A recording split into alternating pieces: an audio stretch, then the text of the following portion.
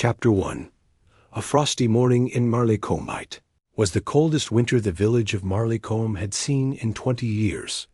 The frost lay thick and silver on every rooftop, hedgerow, and iron gate, giving even the drabbest chimney pot a quiet grandeur. Ice rimed the windows of St. Jude's Church, and the bare branches of the yew trees in the churchyard glittered like crystal fingers in the pale morning sun. Children trudged to school with red noses and thick scarves, kicking through hardened snow and trying not to slip. Inside St. Jude's vestry, the scent of old incense and beeswax still hung in the air from the Christmas Eve service, and a half-empty tin of quality. Street sat quietly on the vicar's side table. It was precisely at 7:18 a.m. when Mr. Tom Partridge, the church's devoted if somewhat absent-minded caretaker, unlocked the old oak doors as he did each morning. He was thinking of nothing in particular, perhaps of whether the pipes might freeze again, or if the new hymn books had arrived. His wool gloves were missing their fingertips, and his breath came out in thick little clouds as he turned the brass key. He opened the door. And then he froze. There, slumped at the base of the altar, was the lifeless body of a young boy. The chill of the morning hadn't left his cheeks, which were still faintly pink. His choir robe was stiff with frost. His arms were curled toward his chest in a final defenseless gesture. A silver crucifix necklace lay half buried in the folds of his scarf. It was Henry Bell, 12 years old, soprano in the village choir. The vicar's pride. Dead. Tom staggered backward, dropping his keys, one hand fluttering like a trapped bird against his chest. He wasn't a man given to dramatics, but the sight was so jarring, so out of place in that hallowed space, that he could not at first believe what he saw. Within half an hour, the churchyard was full, not of worshippers, but of constables, whispering villagers, and a single ambulance that left quietly, sirens off. And by 10 o'clock, the news had reached Miss Jane Marple. Miss Marple had been darning a pair of socks by the fire when her housekeeper, Gladys, burst in with her usual lack of restraint. "Miss Marple, you'll never believe it," Gladys said breathlessly. "It's young Henry Bell, the Choirboy. They found him dead in the church." Miss Marple looked up. Her knitting needle paused in mid-air. She blinked slowly. "In the church?" she said gently. Gladys nodded, her curls bouncing with the urgency of it. "Mr. Partridge found him this morning, just lying there, poor thing, all frozen stiff. They're saying it was an accident, that he must have snuck in last night, fell asleep and froze, but—" "Yes?" Miss Marple prompted softly. Gladys bit her lip. "Well, I overheard Mrs. Derry at the grocer's say she saw him arguing with someone last night outside the bakery. But of course, you know how people talk." Miss Marple nodded and looked into the fire. The flames danced, warm and quiet, reflecting in her eyes. She resumed her knitting slowly, but her thoughts had already turned. A child dead in the church on Christmas week. Narrated was a peaceful village, but even in the most peaceful places, trouble often wore the most familiar faces. She knew from experience that small things often meant everything, and something. About this death, this frozen Choirboy found before dawn, didn't sit quite right. Not at all. Chapter 2. Whispered theories and woolen scarves by midday. The entire village of Narrated was abuzz. The grocer's queue was unusually long, and not because anyone needed extra tins of plum tomatoes. Conversations that should have been about bread and butter were instead soaked in speculation. "He must have sneaked in for a prank," said Mrs. Wilton, adjusting her knitted turban as she handed over 3 eggs. "Children do silly things." "No, pranked heaps a boy out all night," muttered old Mr. Clegg, who hadn't attended a church service since 1974, but now stood just outside St. Jude's with folded arms like a self-appointed watchman. "He was locked in, that's what I say." The police cordoned off the front of the church with thin white tape, but it served more as decoration than deterrent. Marleycombe folk had long memories and wide imaginations, and this was the sort of event they would remember for decades. Inside her tidy cottage on Laburnum Lane, Miss Marple poured herself a fresh cup of tea and reread the only formal detail the constable had shared with the public. No signs of foul play have yet been confirmed. Yet, she murmured, setting the paper down, the word did a lot of heavy lifting. Still, she thought, the police would likely settle on exposure as the cause of death. Accidental, tragic, convenient, but something still puzzled her. She had known Henry Bell, not well, but enough. A polite boy, if shy, serious about singing. Raised by his aunt, a sharp-tongued widow who worked at the post office. Henry didn't seem the sort to go sneaking into churches at night. Not for mischief, certainly not in the middle of a bitter frost. He was also clever, and surely knew the dangers of freezing temperatures. Miss Marple reached for her notebook, one of the little blue ones she kept beside the radio. She jotted, why would Henry be alone in the church? Did he have a key? Who saw him last? Choir practice was Monday. Today is Thursday. She underlined the last question. Then came a knock at the door. It was the vicar, Reverend Cyril Hargraves. Tall, thin, and visibly distressed, his nose red from the cold. He stood on the doormat, wringing his gloves like they were soaked. Miss Marple, he began. I'm terribly sorry to intrude.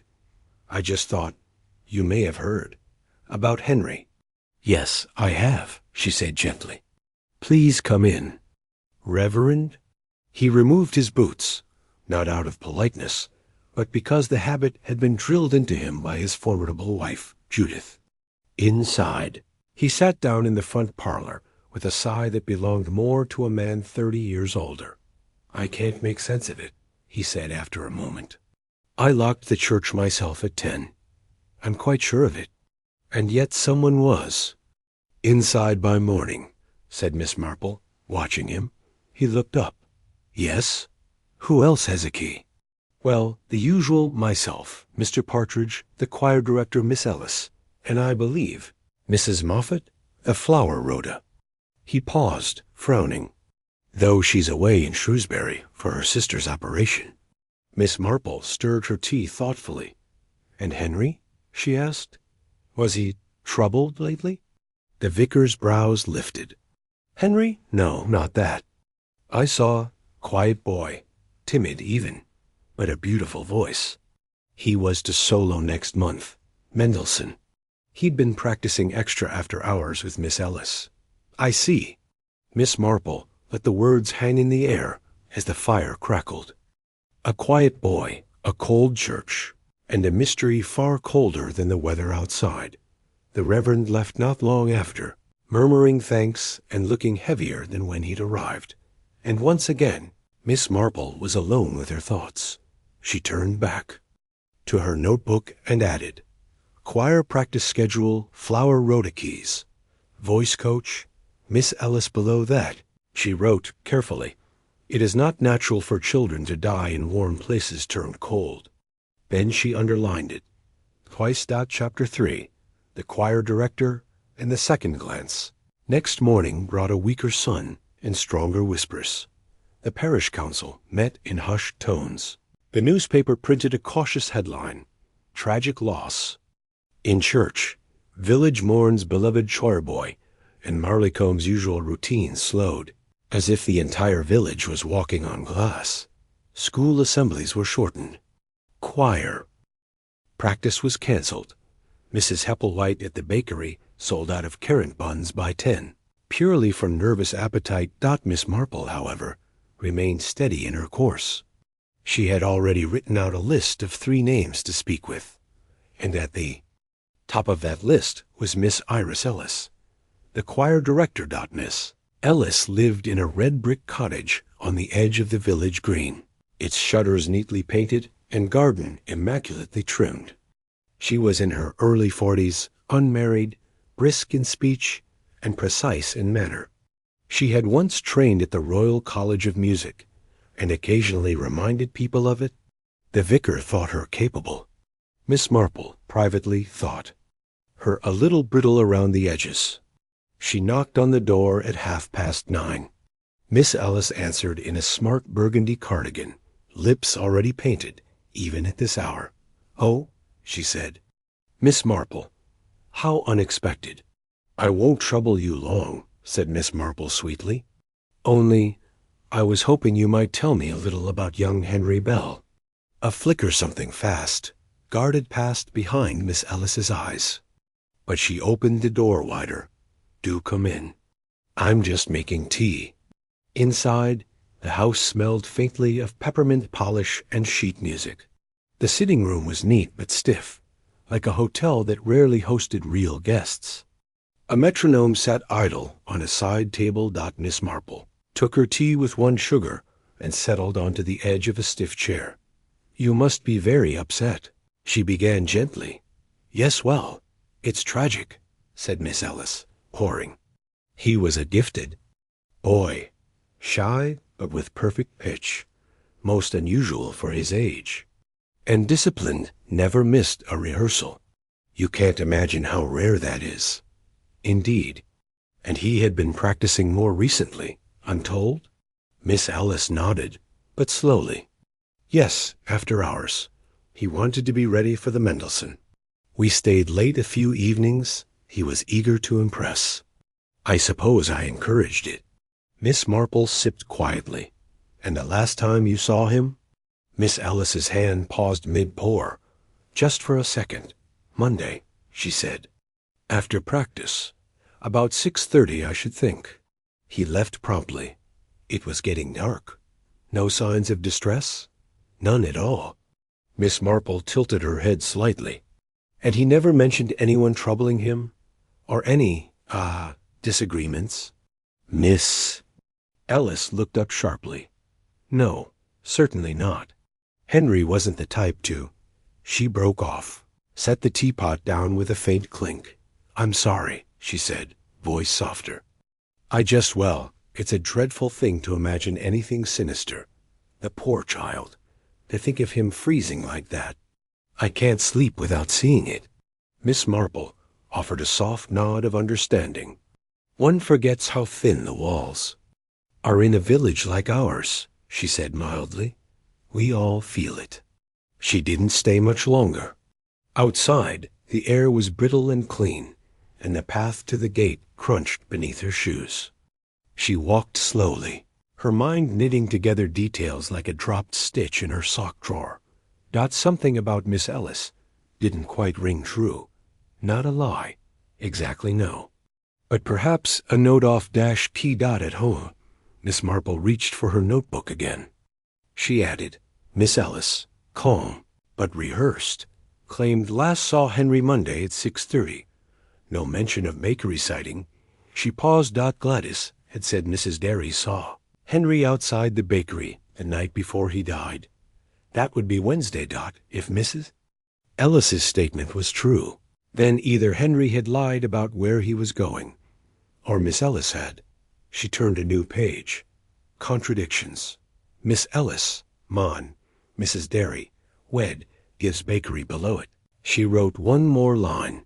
Someone is adjusting. Bare story.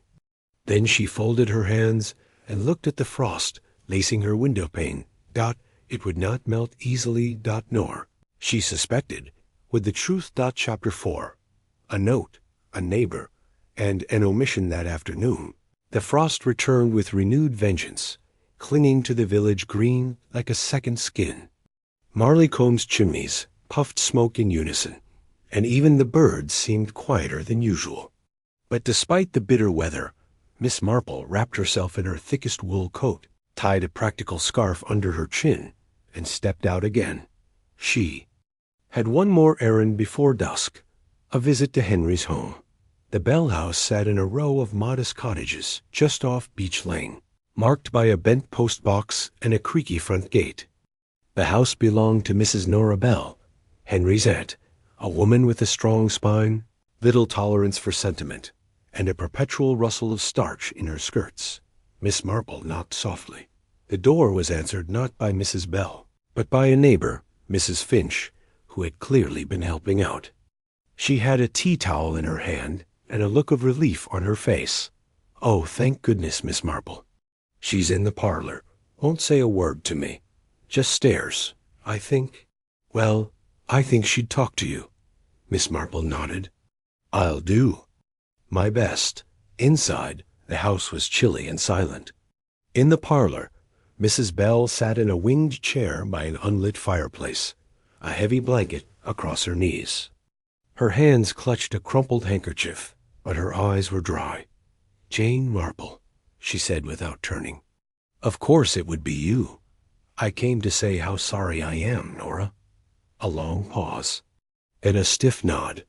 He was all I had left. No. Another silence. Miss Marple lowered herself carefully into the armchair across from her. "I've no intention of disturbing your grief. Only, there are things I don't understand. About that night, double quotes." Mrs. Bell glanced up. "Then, you know it wasn't an accident." Miss Marple's voice remained quiet. "I know Henry wasn't careless, and I believe he was frightened." Mrs. Bell inhaled sharply. Then, fumbling in her cardigan pocket, she produced a small folded note. She held it out with a trembling hand. "I found this," she said, "in his coat, after." Miss Marple took it gently. It was a torn scrap of music paper, folded twice. Inside, in Henry's neat handwriting, were 5 words. "Meet me. Come alone, Wednesday. No name, no time." Just that simple instruction. Miss Marple looked up. "You've shown this to no one?" Mrs. Bell shook her head. "They'd say I was imagining things, but Henry wouldn't sneak out. Not unless someone made him." Miss Marple nodded. Her mind was already turning. The boy had been lured. Someone had arranged to meet him at the church. But why? She stood. "I won't take up more of your time, Nora, but may I keep this?" Mrs. Bell's lips thinned. "Find out what happened," she said. "Don't let them say it was just the cold." Back in her parlor that evening, Miss Marple sat with the note laid flat on her table. The handwriting was steady, not hurried. That suggested he trusted whoever wrote the message, or had at least known them well. She reached for her notebook and added, "Note found on Henry. Meet me. Come alone. Wednesday. Paper equals music sheet, choir room. Miss Ellis equals music director. Has keys." She underlined that last point. Then she added something else. Slowly. Miss Ellis said Monday was last time she saw him, but never asked if he was found with anything. No reaction to the news. Miss Marple tapped her pencil against her lip. Guilt often reveals itself not through what is said, but through what is not said. And someone, she now suspected, was leaving things out on purpose. The Choirboy had not. Wandered into the church by chance. He had been called. Chapter 5. The bakery window and the missing gloves by Friday morning. The frost had hardened into thin sheets of ice across Narracombe's cobblestone lanes. Children slipped on their way to school, and Mrs. Harbottle's terrier had to be rescued from the duck pond. Yet despite the hazards, the villagers were out, bundled up, whispering, watching. They were waiting for answers. The sort no constable would ever be able to give. At 10:15, Miss Marple made her way to the high street. Her destination, Baggett's Bakery. The little shop smelled, as it always did, of warm bread, dried cherries, and burnt sugar. A bell tinkled as she entered, and behind the counter stood young Peter Baggett, sleeves rolled, hair a tousled mess of flour and heat. "Miss Marple," he said, wiping his hands. "Hot scones just out. Would you like?" "Perhaps in a moment," she said kindly. "I was hoping your mother might be about." Peter nodded toward the rear. "In the back, doing accounts. Shall I fetch her?" "If you would." Moments later, Mrs. Baggett emerged, a large, smiling woman with flour on her apron and too much eyeliner for a baker. Her eyes, however, were sharp, not cruel, but observant. A woman used to watching the village go by from behind her steamed up window. "Jane Marple," she said with a wary smile. "Hear about the poor boy, aren't you?" Miss Marple inclined her head. "Only curious to know what you saw Wednesday evening." Mrs. Baggett leaned on the counter, wiping her hands. "Well, I wasn't the one who saw him. It was Mrs. Derry, standing right there in front of the window. Says she saw Henry Bell outside, round 7:30, maybe 8. He was arguing with someone. Didn't get a good look, though. Arguing, so she said. Voices raised. Hands waving. Not like him, is it? Henry barely said 2 words in church. No, Miss Marple murmured. Not like him at all." Mrs. Baggett narrowed her eyes. "But here's the part nobody seems to care about. He was wearing gloves. New ones, greenish, with a leather trim. Mrs. Derry even pointed them out. Said they looked far too fine for the likes of him. But when they found him, she trailed. Off. Miss Marple finished the thought softly. He wasn't wearing gloves at all. Double quotes. Mrs. Baggett nodded, lips pursed. Exactly. Miss Marple returned home by 11:30, the scones still warm in her bag, though she'd quite forgotten. Them. She laid her coat across the chair, sat at her desk, and opened her notebook again. She wrote, "Henry seen outside bakery, wed 7:30 to 8 p.m. Arguing with someone. Wore gloves, green with leather trim. Gives gloves not found on body." Then beneath that, she drew a small circle and wrote, "What else was missing?" People rarely kill without a reason, and they rarely take without one either. She sat back and folded her hands. The gloves were not simply forgotten. They were removed, either by Henry or by someone else. And if they were stolen, they might still be nearby, discarded, hidden, or kept. Miss Marple looked out the window toward the village green, the church's tower just visible through the trees. There was something in that building, or someone connected to it, who was hiding the final piece. She was certain now. Henry's death had not been a tragic accident. It had been staged to look like one.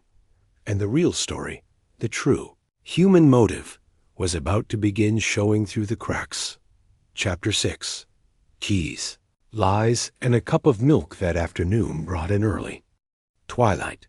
A pale yellow sky sagged above Narrated, and a sharp wind stirred brittle leaves along the footpaths. In the village, curtains twitched, boots scraped on frozen ground, and conversation thinned to glances. Miss Marple, however, remained busy. She had spent much of the day quietly making inquiries, not boldly, not directly, but with that natural air of helpfulness that encouraged people to say more than they meant to. And by tea time, she had something rather useful. A full list of people who held keys to St. Jude's. It was longer than the vicar had let on. Aside from himself, Mr. Partridge the caretaker, and Miss Ellis the choir director, there were 2 more. Mrs. Gilda Moffat, who oversaw the flower arrangements, and was indeed in Shrewsbury, and young Peter Baggett, a recent addition to the bell-ringing team, given a spare key just 2 weeks prior. That, Miss Marple thought, was interesting. She paid the Baggett boy no mind for now. He seemed harmless enough, all elbows and flour. But Miss Ellis, she still rang oddly in Miss Marple's mind, like an untuned piano string. So just after 5 o'clock, Miss Marple made a second visit to someone not yet involved, Mrs. Tilly Anstruther, the village busybody. Tilly lived alone, in a creaking white cottage behind the greengrocer's. She was sharp-nosed, hard of hearing, and in her own words, rarely wrong about anything, especially people. She kept a small dairy goat, 3 cats, and a wide knowledge of other people's habits. Miss Marple brought milk and conversation. "Oh, Jane," said Tilly, ushering her in. "Don't sit on the middle cushion. A cat wet it yesterday." "I meant to turn it." Miss Marple smiled politely and sat elsewhere. "I was hoping," she said, "that you might recall something useful from Wednesday evening." Tilly's brows lifted. "About the Choirboy?" "Yes." "Well," Tilly said, reaching for the milk bottle, "I saw someone heading toward the church around 8:15.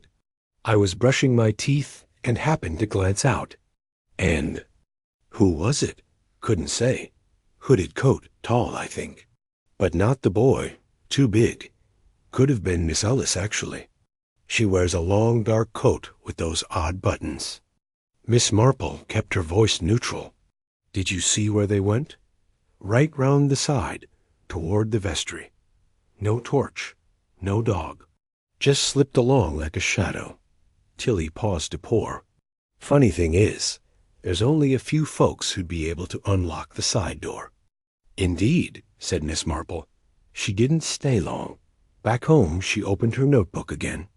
Beneath her earlier notes, she wrote, "Tilly saw someone near vestry approximately 8:15.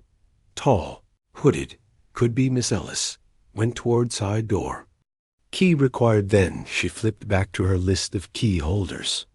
Miss Ellis, Mr. Partridge, the vicar, Peter Baggett, Mrs. Moffat. She tapped her pencil. Everyone else had confirmed alibis. Mrs. Moffat was in Shrewsbury. Peter Baggett had been at home helping his mother, and her temper was legend.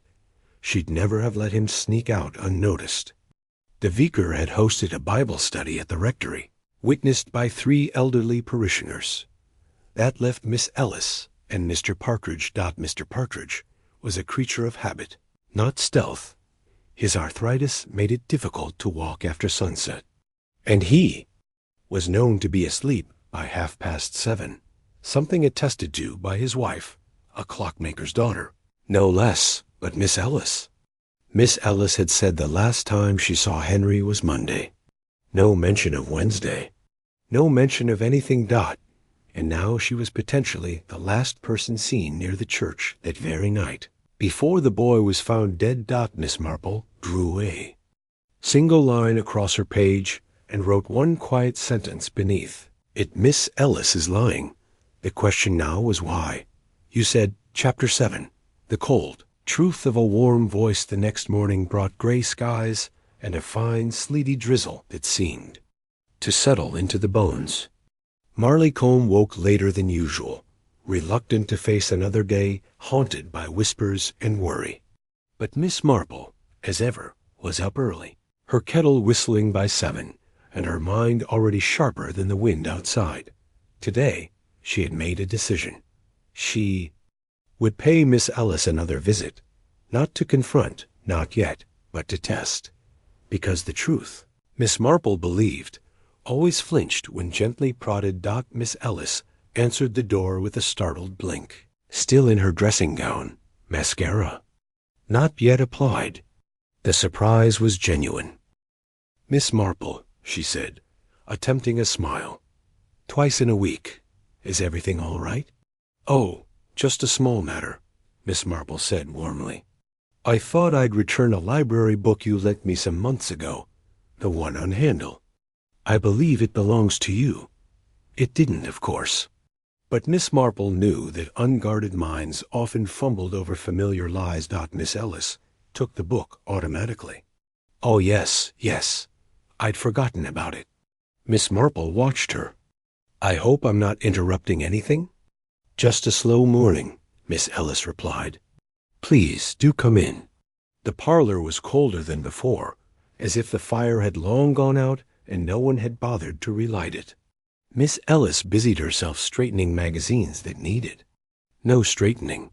"I imagine things haven't been easy," Miss Marple said gently. "Since the tragedy?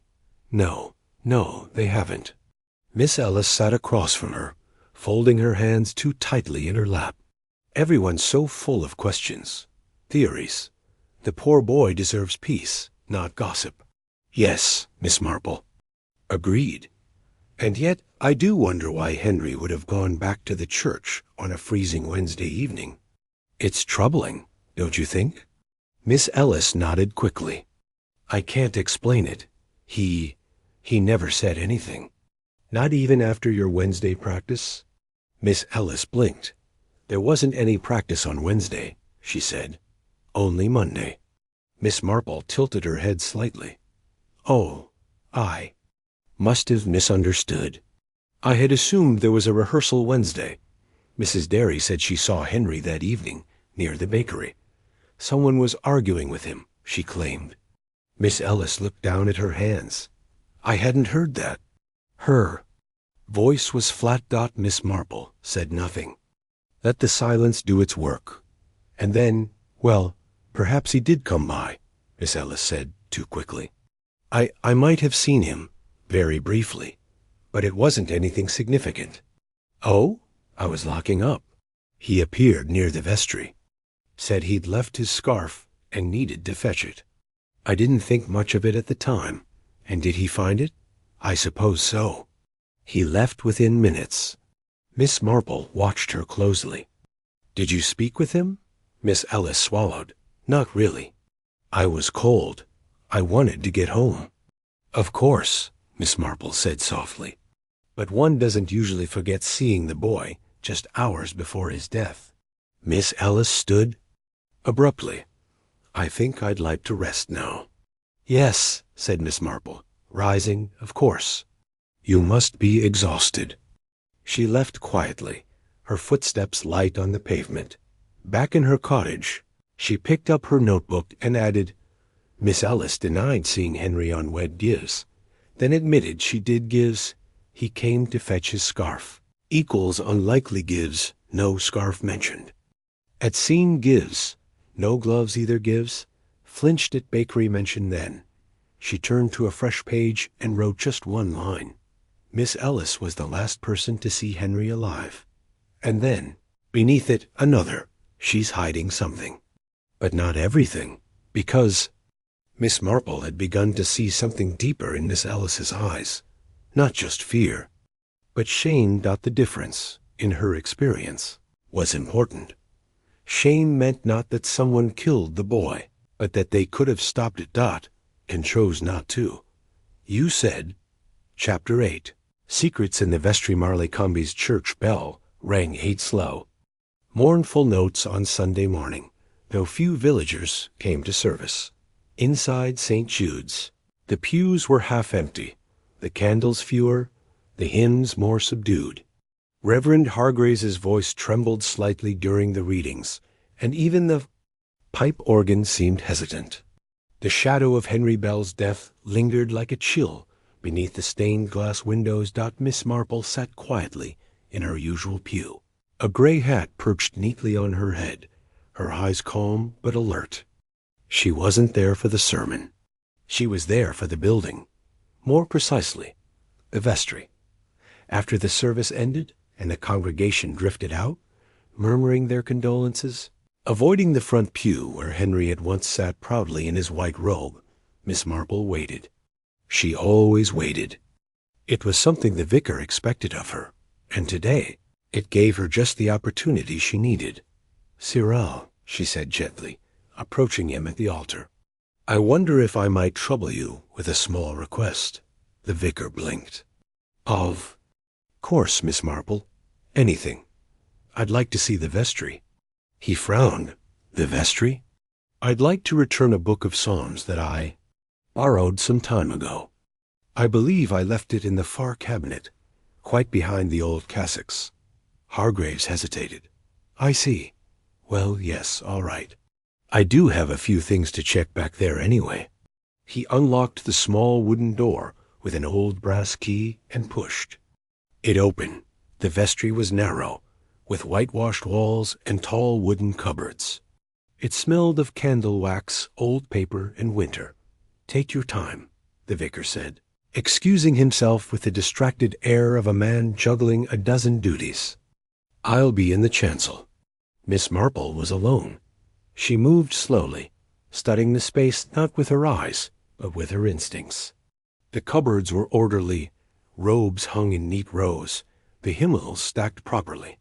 But in the far corner, near the bottom of the cabinet, Miss Ellis often used for sheet music, she noticed a scuff on the wooden floor.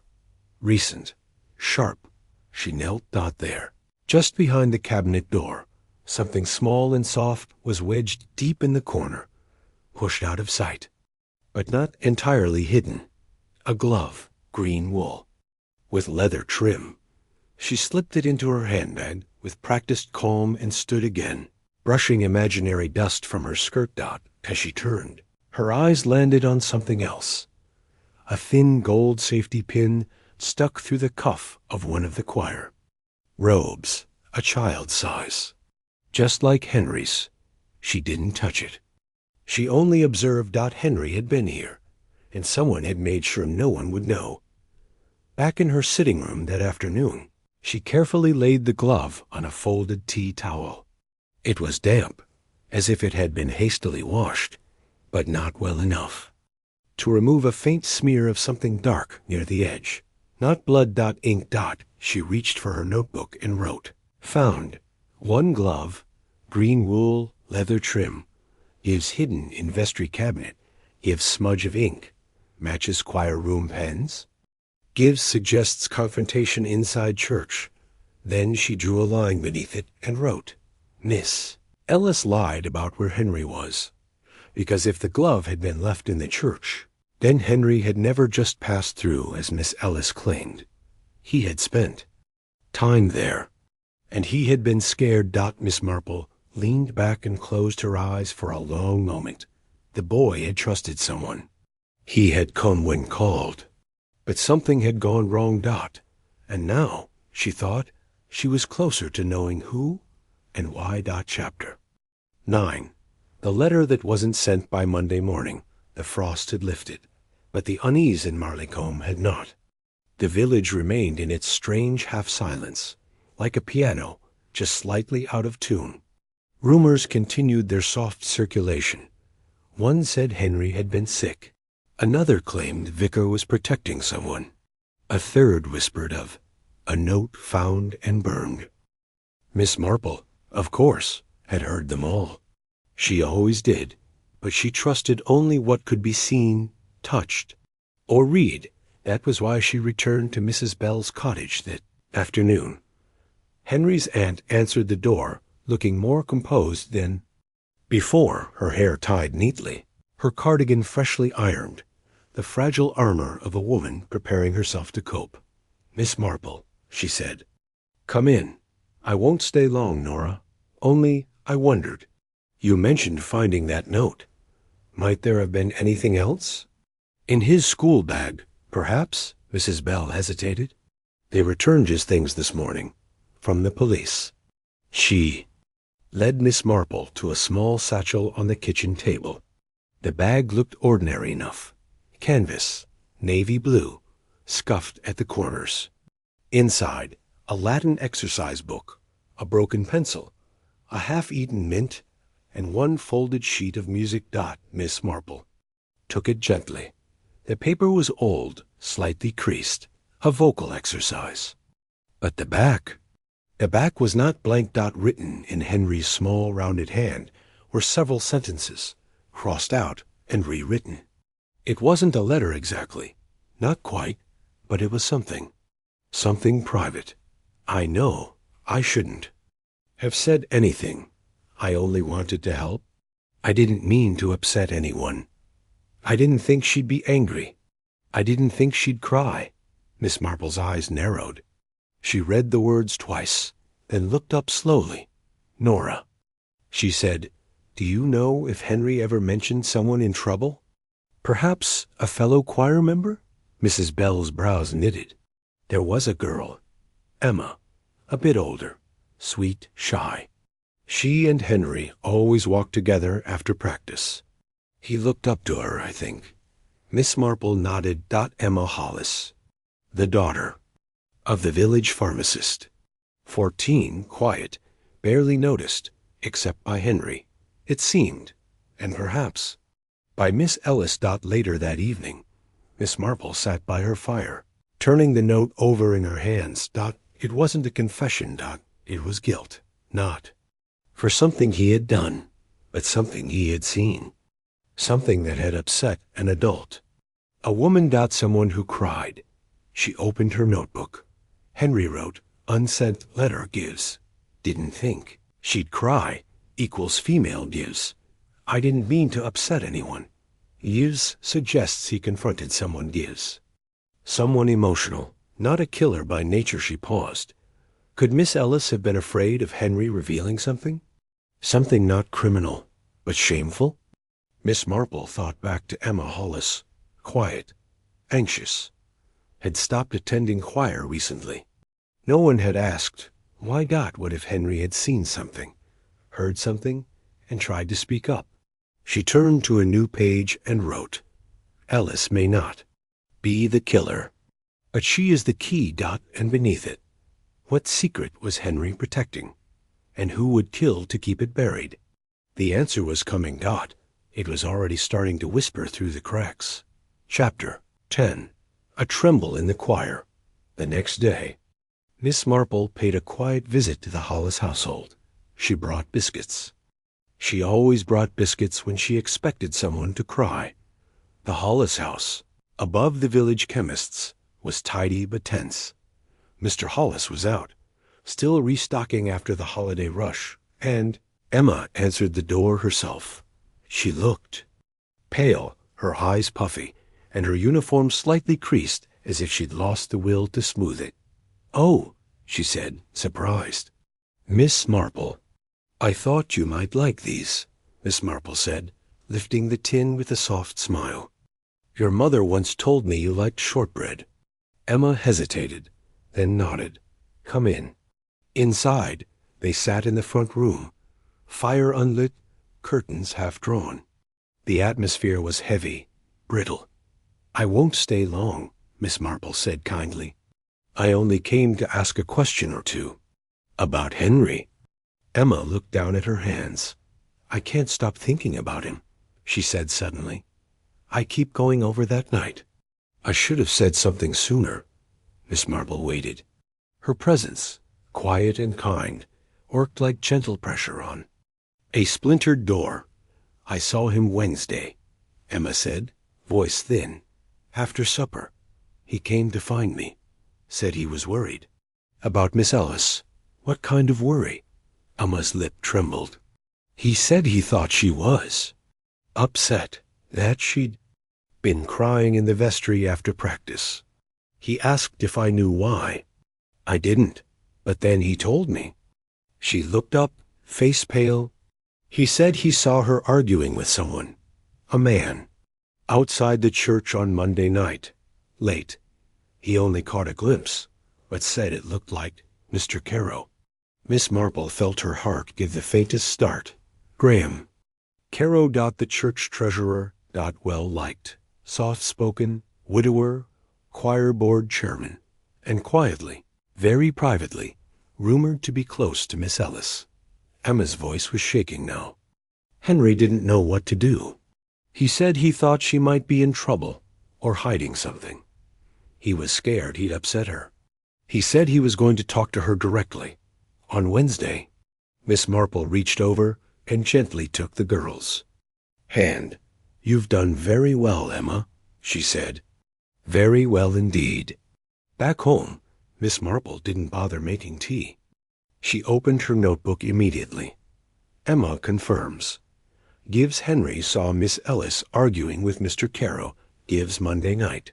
After choir. Gives Miss Ellis. Later seen crying. Gives Henry told Emma. Planned to confront Ellis Wednesday. She underlined it. Then, beneath that, Mr. Caro equals church treasurer equals access to vestry. Gives no alibi for Wednesday night. Gives no one is asked where he was. And then she wrote 3 words in careful, deliberate script. He had motive. Because if Miss Ellis was hiding something dangerous, financial, or scandalous, and Henry had seen it, then Miss Ellis might have been ashamed. But Mr. Caro? He might have been afraid. And fear, Miss Marple knew, often led to murder. Chapter 11. The man who wasn't there, That evening, the lamps in Marleycombe flickered on early. The sky had turned the color of damp slate, and the smell of chimney smoke clung to every scarf and collar. Yet while the village settled in for its usual quiet, Miss Marple made one final visit, this time not to a greeting child or an overwrought music teacher. This time she went to Mr. Graham Carrow. His cottage sat modestly behind the churchyard, near the old linden tree. Miss Marple had known the Carrow family for decades. Graham's late wife had once taught piano at the school, and Graham himself had the clean fingernails and neat mustache of a man who disliked chaos. He answered the door quickly, with a smile just polished enough to seem real. "Miss Marple," he said. "A surprise. Do come in. Just putting the kettle on." She stepped inside, noting the usual order. Coat on the peg, slippers aligned, clock ticking in perfect time. But something was missing. Warmth, not just in the room, but in the man. "I won't stay long," she said kindly. "Only thought I'd ask how you've been holding up. Henry's death has been a terrible shock." His mouth tightened just slightly. "Yes, terrible. A good boy. Quiet. You were fond of him? Well, we all were." Miss Marple tilted her head. "I understand you were helping with the choir committee this winter?" "I was, yes. Mostly finances. Budget's tight, as always." She sipped the tea he handed her, watching him carefully. "And I suppose you often worked late at the church with Miss Ellis?" "There. A flicker, I suppose," he said slowly. "Occasionally, we both had keys. Sometimes she needed help locking up." "Of course. I imagine Monday evening was such an occasion." Mr. Carrow looked directly at her now. "Why do you ask?" "Because I've heard that someone saw the two of you near the vestry door that night. Around 9:30. He looked away. Miss Marple continued gently. "I know you're a private man, Graham, but I believe something happened that night. Something that frightened Miss Ellis, and frightened Henry, once he saw it." Mr. Carrow set his teacup down a little too carefully. "She panicked," he said suddenly. "Over nothing. Over paperwork. Some small discrepancy. Thought people would talk. What kind of discrepancy?" He looked at her, truly looked, and for the first time the mask slipped. "There were funds missing," he whispered. "From the choir grant. It wasn't much, a few £100. I meant to put it back. She found out and wanted me to confess. Said she'd go to the vicar if I didn't, but I couldn't, not after everything." "And Henry?" Mr. Carrow's voice dropped. "He overheard us. Monday night. I saw him, just standing there, near the corner. I don't think he meant to listen, but he did. I knew. I knew it would get out." "Did you speak to him after?" "That?" Mr. Carrow was quiet. I saw him Wednesday. He came to the church again. Said he wanted to understand. That he trusted me. Do you know what that does to a man?" Miss Marple didn't speak. "He wasn't supposed to stay. I told him to leave. But he said he'd go to Miss Ellis. That he had to be honest. I didn't mean to. I only meant to stop him. I tried to scare him. Push him outside. He slipped. Hit the stone step. It was fast. There was blood. And then? I panicked. I carried him back inside. Left him where someone would find him. Took his gloves. Hid them. I didn't want them thinking I meant to. I didn't mean to." Miss Marple reached forward and gently closed her notebook. "I believe you didn't, but you did." He bowed his head. For the first time in decades, Marleycombe would lose not just a Choirboy, but its treasurer. And Miss Marple, with sorrow in her bones, began preparing for the long, quiet task of telling the truth. "You said." Chapter 12. The truth in the candlelight news of Graham Carrow's arrest spread through Marleycombe like a storm in soft soil. Quiet at first, then utterly uprooting. The village, still raw from Henry's death, now faced the deeper ache of betrayal. Not a stranger, not a drifter, but Mr. Carow, a man they'd trusted with hymnals and heating bills. With the keys to the church, the arrest was discreet. No handcuffs, no public scene. Miss Marple had insisted on that dot, but the truth, as it always did, arrived anyway. That evening, the village gathered for a special service at St. Jude's. It wasn't an official memorial. The vicar had called it a quiet hour of reflection. Yet the pews were fuller than they'd been in weeks. Candles lit every windowsill, their flames flickering in silence. Miss Marple sat in the rear pew. She always did when the village was grieving. From there, she could see everyone. The bowed heads, the tears unshed, the relief even on a few faces. Because grief and justice often tangled like ivy, impossible to pull apart. Reverend Hargraves stepped to the lectern. "We are gathered not for judgment," he began softly, "but for healing. To remember a young soul who sang with honesty, who saw goodness in others, even when they failed to deserve it." A soft sob escaped from the second pew. Emma Hollis. Her father laid a hand gently on her back. "And to those of you," the vicar continued, "who carry guilt for what was hidden, or grief for what was missed, know that even the smallest voices leave the deepest echoes." Miss Ellis sat rigidly near the front, her gloved hands unmoving. Her eyes were red, but her posture was composed. She had not been arrested. She had not committed a crime. But she had carried a secret. And in that secret, a boy had died. Not because she wanted it, but because she had tried to protect the wrong person for too long. Miss Marple watched her closely. She did not judge. She understood, because human weakness was not the same as evil. After the service, villagers filed out in silence. No gossip, no theories. Just a shared, hushed understanding that something had broken in their village, and something else had quietly been mended. Emma came to stand beside Miss Marple, outside the church door. "Do you think he forgave us?" she asked. "Henry?"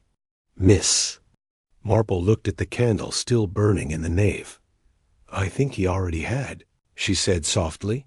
And with that, she turned toward home, the mystery behind her, the village still ahead, and the quiet comfort of knowing that once again the truth had been found, not in loud declarations or dramatic accusations, but in patience, kindness, and the still, steady wisdom of an old woman who had never stopped paying attention.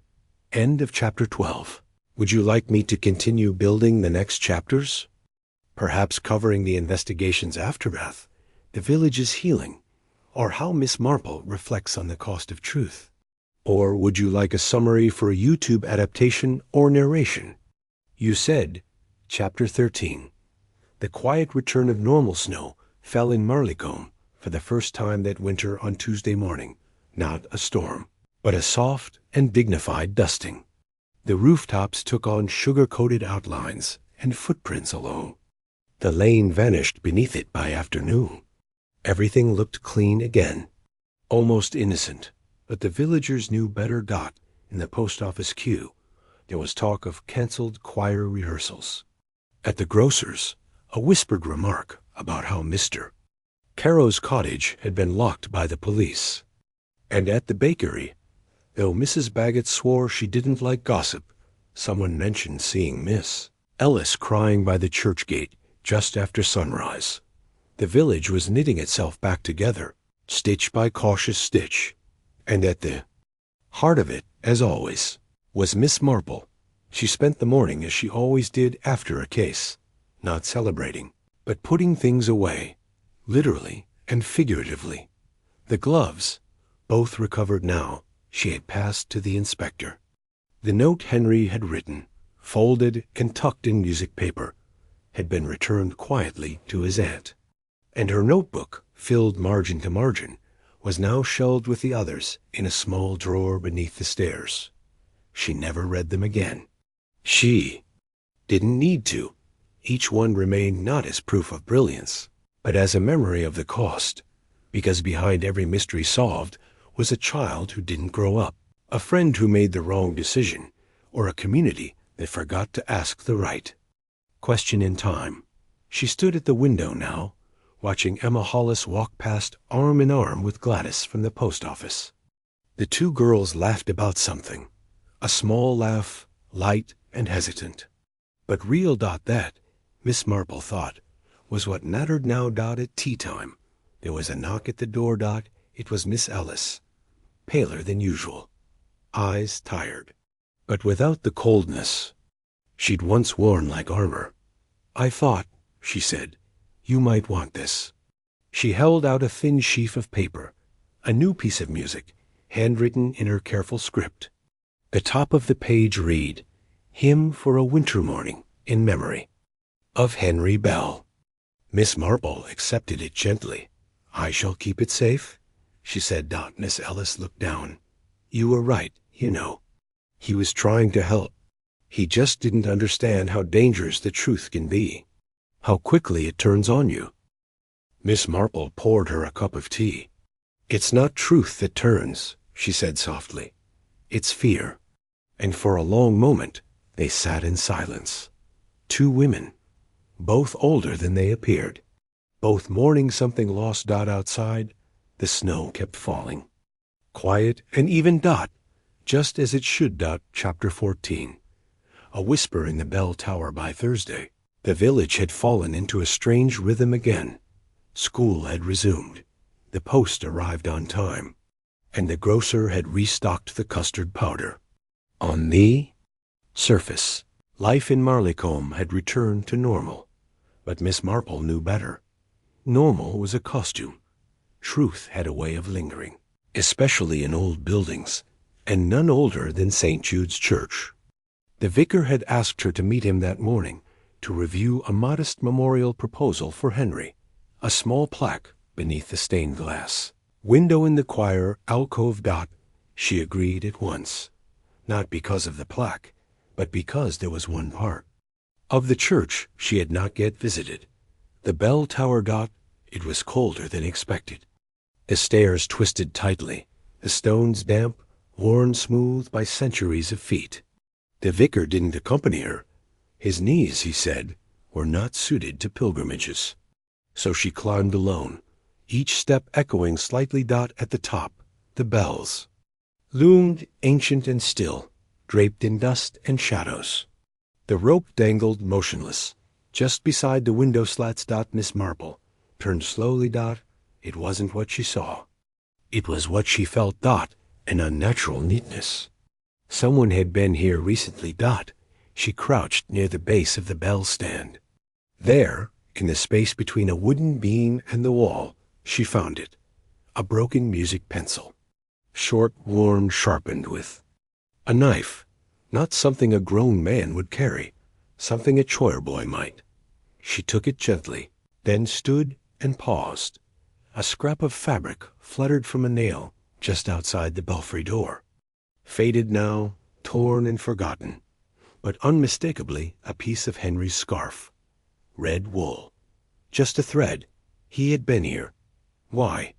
She descended slowly, her mind ticking. Henry had gone to the church to confront Miss Ellis, but perhaps he had fled. Upward, scared, confused, trying to hide or get away. Maybe Caro had followed. Maybe not. But someone had known he was there, and someone had returned afterward, not to mourn, but to remove something. Back at home, Miss Marple added a final page to her notebook. Bell tower equals Henry's final hiding place. Gives pencil equals choir issue. Gives scarf thread equals confirms presence. Gives Caro claimed stone step fall. But no stone steps in choir area. Gives vestry rug. But tower? Stone floor. She wrote one last thing. The fall happened in the tower, not the vestry. Caro lied about where. Because that changed everything. It meant Mr. Caro hadn't just tried to cover an accident. he had chased. Henry cornered him and stood by as he fell. It wasn't panic, it was cowardice, and cowardice. Miss Marple knew was far colder than any winter night. She closed her notebook softly and looked out across the village, now washed in pale sunshine. The truth, at last, had reached even the highest bell. Chapter 15. Tea with Inspector. By late afternoon, Miss Marple received a knock at her door. Not the timid knock of a nervous neighbor or the fluttery tap of the vicar's wife, but a steady, deliberate rap, the kind that belonged to a man in sensible shoes and with very little patience for village intuition. It was Inspector Cray. He had arrived 2 days ago from the county station, summoned when the case proved more than the local constable could manage. Cray had a fondness for procedures, for ruled notepads, and for tea strong enough to remove varnish. Miss Marple liked him rather a lot. "I thought I'd return your notebook," he said, holding it out like a courtroom exhibit. She took it with a smile. "And what did you think of it?" Cray exhaled and removed his hat. "I think you missed your calling. I doubt I'd have taken to a uniform." He accepted her invitation inside and stood awkwardly by the fireplace while she poured tea. He declined biscuits, but accepted a slice of walnut cake, which he pretended not to enjoy, but finished entirely. Finally, he said, "You were right, of course." The pencil in the bell tower matched Henry's other school things. "And the scarf." "Thread, we found the rest snagged beneath the trapdoor hinge. No blood, but the scuff on the bell frame suggests he fell there, not in the vestry." "And Mr. Caro's statement?" she asked gently. He confessed again. Sighed he panicked, tried to move the body. Thought it would seem more accidental in the choir room. Miss Marple stirred her tea. "Odd," she said softly, "how the fear of disgrace often leads to far worse." Cray nodded. Ellis admitted to covering for him. Claimed she thought Henry had just overheard a quarrel, not embezzlement. She asked Caro to come clean, but when Henry confronted them both, Caro lost his temper. Pushed him. He paused. Ellis didn't know the boy had died. She thought he'd run away. Caro told her he'd gone home. She only found out Thursday. Miss Marple looked into her cup, and now she carries it. "They both do," said Cray. "One in prison, the other in shame." They sat in silence for a while, listening to the wind move past the windows. The village beyond was quiet. Its greatest noise now the returning calls of blackbirds and the bark of Mrs. Harbottle's terrier. Before he left, Inspector Cray turned at the door. "One thing I don't understand," he said. "How did you know it started with the gloves?" Miss Marple smiled. "Because only the guilty are tidy in the wrong places.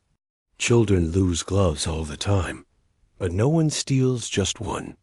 She saw the corner of his mouth twitch. Then he tipped his hat and disappeared into the dusk. And Miss Marple, alone once more, returned her teacup to the tray, and quietly began to hum the choir's old winter hymn. Chapter 16. The choir sings again. 2 weeks passed. The frost retreated. The snow turned to soft mud beneath Wellington boots. And Marleycombe, shaken but unbroken, took its first cautious steps back toward something like ordinary life. At St. Jude's, the bell rope had been retied. The candle wax scrubbed from the altar cloths. And on the first Sunday of February, the choir sang again.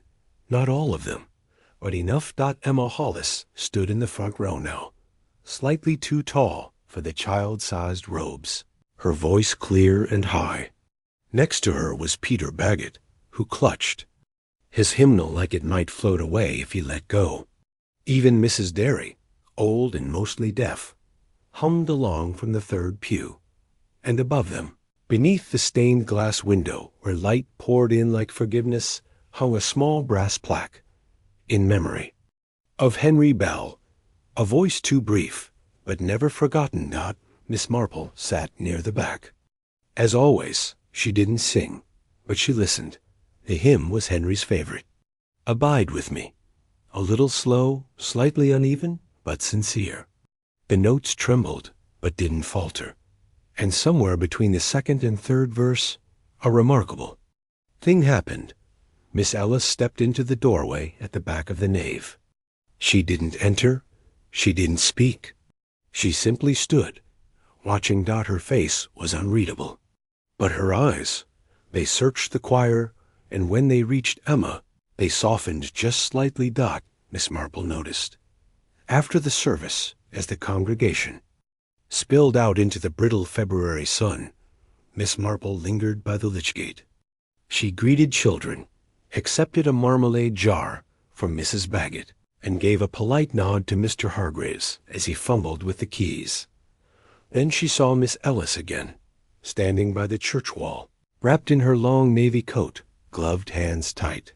"Thank you," she said quietly as Miss Marple approached. "For what?" "For not judging me, even when you could have." Miss Marple's gaze was kind but clear. "I don't think Henry judged you either. He only wanted the truth, even when it frightened him." Miss Ellis blinked fast, then nodded. "I've resigned from the choir." Miss Marple said nothing. "I think I'll move to Cornwall," Miss Ellis added. "Stay with my cousin. Start over." "Sometimes," said Miss Marple, "a change of scenery is the best way to find new music." They parted gently, no tears. Just two women, walking in opposite directions, one toward the churchyard, one toward the hills. That night, Miss Marple lit her bedside lamp and opened a fresh notebook. On the inside cover, in her careful hand, she wrote, "Miss Marple and murder in the case of the frozen. Choirboy Marleycombe. Winter. The smallest voice may carry the largest truth." Then she closed the book, placed it in the drawer, and turned out the light. And for the first time in weeks, she slept through the night, with no mysteries left whispering through the walls. Chapter 17. The village remembers spring came. Slowly to Marleycombe. Snowdrops pushed through the dark soil behind the vicarage. The butcher's window was once again cheerful with lamb cutlets and marzipan eggs. And a tentative breeze moved through the hedgerows, as if the wind itself had paused to catch its breath. But not everything bloomed as quickly. Grief clung in quiet places. A closed drawer in Henry's aunt's hallway. An empty hook where a choir robe once hung. A silent piano in the church hall, untouched since the first frost. And yet, as always, time moved forward. And so did the village. On the first warm Sunday in March, a new event was announced, the Henry Bell Spring Concert, organized by Emma Hollis, supported by the vicar, and gently, almost invisibly, shaped by Miss Marple. The concert was simple. No grand program, just voices, young ones mostly, children from the choir and school, a few brave adults. Some could barely reach the higher notes. Others forgot the words entirely. But no one minded. Miss Marple arrived early, wearing a pale lilac scarf and a quiet smile. She took her seat in the middle pew, close enough to hear, far enough to disappear. The concert began with Henry's favorite, "Morning Has Broken." Emma sang the first verse. Her voice cracked slightly like the first moaning, but she didn't stop. She held the note. And Miss Marple, watching from the pew, pressed a gloved hand to her handbag, where a folded program fluttered against a scrap of green wool. The very glove that had started it all. As the final hymn ended, the congregation rose, not clapping, that wasn't the way in Marleycombe, but nodding, softly murmuring thanks, pride, remembrance. The concert had not been perfect, but it had been true. Afterward, Miss Marple lingered in the churchyard. She paused at Henry's grave, a simple headstone, unpretentious, carved with the words, "He sang as if no one was watching." She didn't speak. There was no need. Then she turned toward the lane, where the first crocuses were opening along the edge of the hedge. She walked slowly, steadily, letting the warmth of the day settle over her shawl like an old friend, because life, even after sorrow, was made of music and tea and truth, and Miss Marple, like Henry, had always believed the truth must be heard, even if the voice that told it was very small. Would you like to continue to Chapter 18, or begin preparing content, summaries, visuals, or script versions for your mystery project or YouTube channel? Chapter 18. A visit from the past it was. A Tuesday afternoon when the letter arrived, cream-colored, thick, addressed in a familiar curling hand. Miss Marple noticed it immediately among the usual clutter of post. A bill from the grocer, a catalog for rose fertilizer, and this, unexpected and unmistakably personal. She opened it with care. Dear Miss Marple, you won't remember me properly. I was only in Marleycombe a short time, a girl in 2 big shoes with bad stage fright. But you knew Henry Bell, and you helped everyone understand what happened. I never thanked you. I'm in Leeds now, studying music. I sing still, and every time I step onto a stage, I remember the boy who taught me it was all right to be scared. So long as you told the truth when it mattered, I hope the village is blooming again. With deepest thanks, Emma Hollis. Miss Marple folded the letter slowly and placed it in the top drawer of her desk, the one reserved not for mysteries, but for memories. She sat for a moment, tea cooling beside her, eyes turned toward the window. The garden was beginning to wake, crocuses in bloom, the edges of daffodil stems rising confidently from the soil. She thought of Emma, a girl once silenced by fear, now using her voice, and of Henry, brave in ways no one had realized until too late. Miss Marple smiled, not sadly, just softly. Later that day, she stopped in at the bookshop. The village had recently begun hosting monthly readings again. Poetry, mostly, but sometimes the odd detective tale, read aloud in the back. Room over weak sherry and 2 salty crackers. Will you be reading one of your own stories this month? The shopkeeper asked. Miss Marple blinked. Oh no, my dear. I don't write stories. I just observe them. Then perhaps, the girl said, someone ought to write you. Miss Marple only smiled, because some stories, she believed, were not meant to be shouted or sold, only quietly remembered, preserved in biscuit tins, choir books, and the hearts of people who'd once thought they couldn't bear the truth, until they did. And then, as always, she returned home. To the kettle, the clock, the garden. And the certainty that if ever another whisper of danger stirred in Marleycombe, or any other quiet English village, she would hear it, long before anyone else did. End of Chapter 18. Would you like Chapters 19 to 25 next, or prefer a packaged version for narration, visuals, or story summary? You said, Chapter 19, a clock that ran too fast. It was just past 6 when Missy Marple noticed something peculiar in the vicarage drawing room. She had been invited to tea, a modest affair, as always. Cucumber sandwiches, a single fruitcake, and Reverend Hargraves pouring weak Earl Grey while apologizing for the jam shortage. The conversation had been unremarkable. Talk of the garden committee's spring efforts, the hymn rotation, and whether the north transept window needed mending. But it was the clock that caught her attention, the little brass carriage clock. On the mantel, a wedding gift, Hargraves had once said, was ticking too fast. Not wildly so, but enough that Miss Marple noticed. She had always had an excellent ear for tempo. Your clock is gaining time, she said mildly. The vicar looked up. Is it? I hadn't noticed. About 7 minutes fast. I'd say curious. He smiled faintly. Perhaps the universe is urging me to get to Sunday service earlier. But Miss Marple's expression didn't change. Because it wasn't the clock that bothered her. It was the fact that someone had wound it, recently, and the vicar, forgetful, absent-minded, and usually indifferent to time, never did that, so who had? She glanced around the room. No signs of intrusion, no drawer disturbed.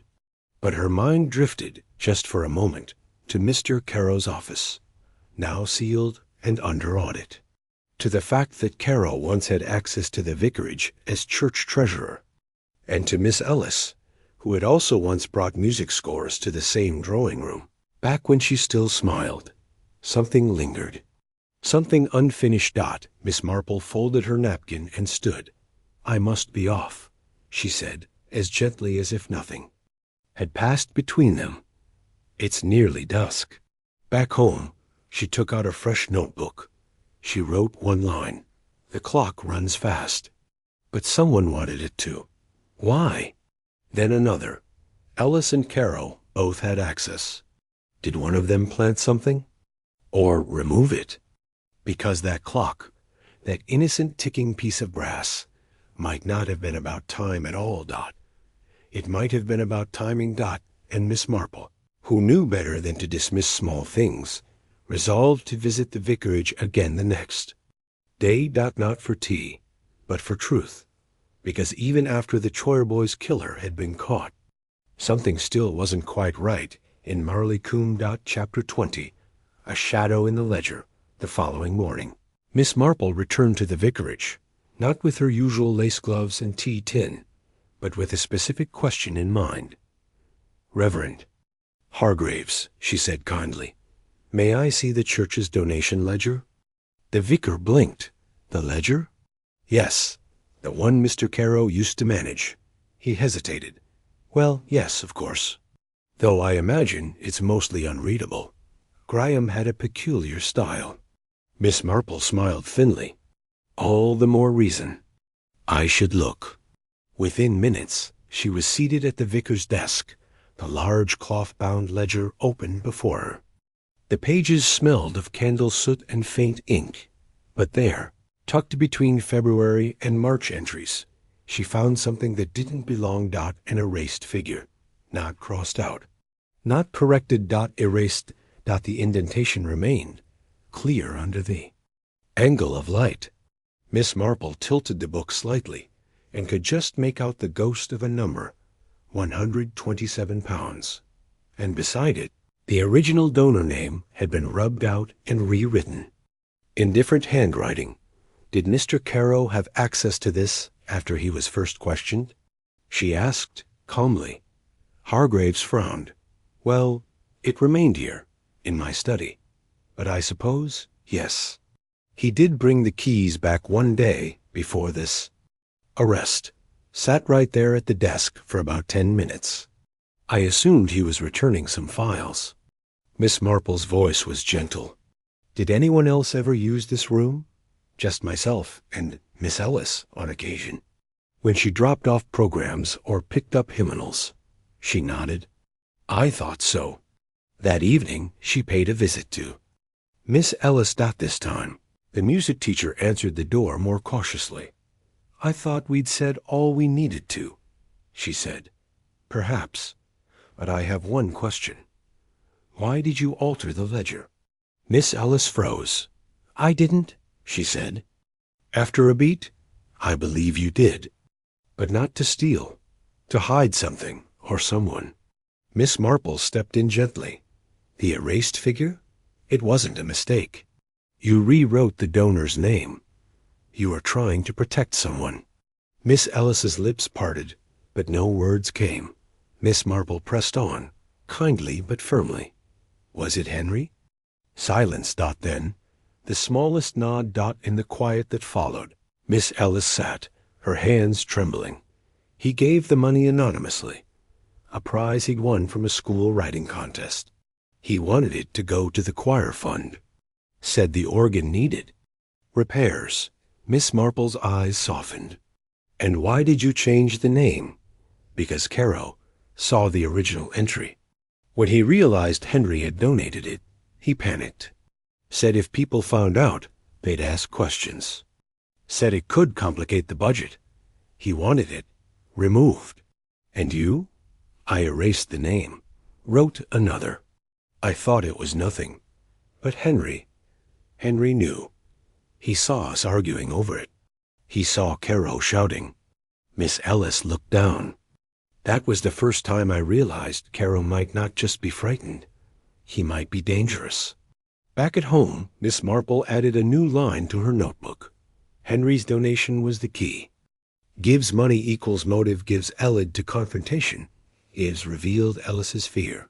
Caro's desperation. She closed the book slowly. So Henry Bell, kind, observant Henry, had not just witnessed the secret. He had caused the crack in Caro's carefully polished world.